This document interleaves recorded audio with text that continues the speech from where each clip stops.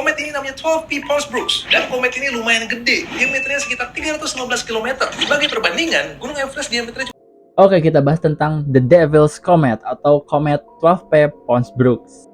Sebelumnya gue koreksi dulu, diameternya itu bukan 315 km seperti DVT, tapi cuma 18,6 miles atau sekitar 30 km, which is ya sekitar 3 kali lebih dikit lipat daripada ketinggian gunung Everest, yaitu 8 km.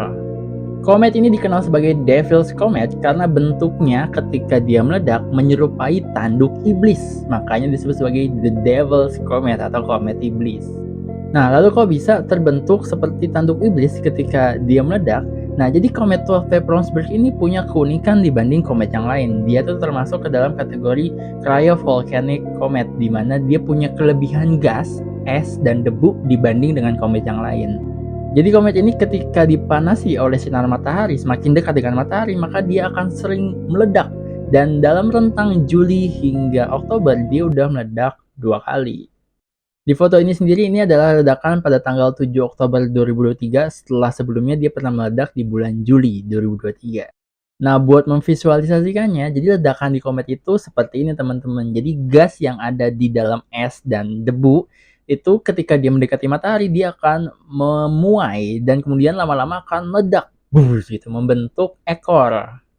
Nah, kemudian gas yang keluar yang meledak itu kemudian membungkus nukleus itu ya batunya, dan membentuk koma. Koma itu jadinya seperti selimut gas di sekitar komet ketika dia mendekati matahari.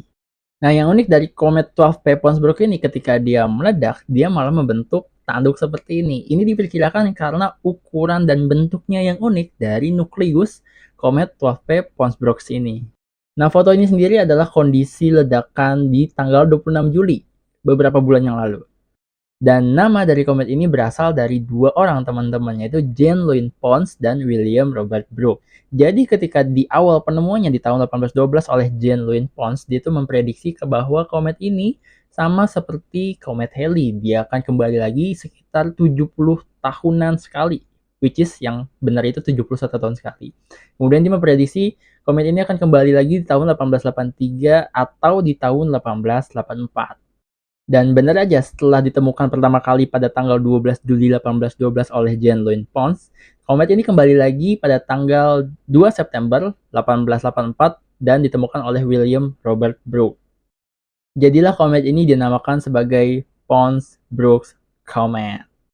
Pada tanggal 13 Oktober, posisi komet ini berada di gambar teman-teman. Dia berada di atas tata surya dan akan mencapai titik perihelion atau titik terdekat dengan matahari pada tanggal 21 April 2024 tahun depan. Di mana pada tanggal 2 Juni 2024, komet ini akan mencapai titik terdekat dengan bumi pada jarak 1,55 astronomical unit atau sekitar 232 juta kilometer. Well, for your information, jarak 230 juta kilometer itu jauh banget.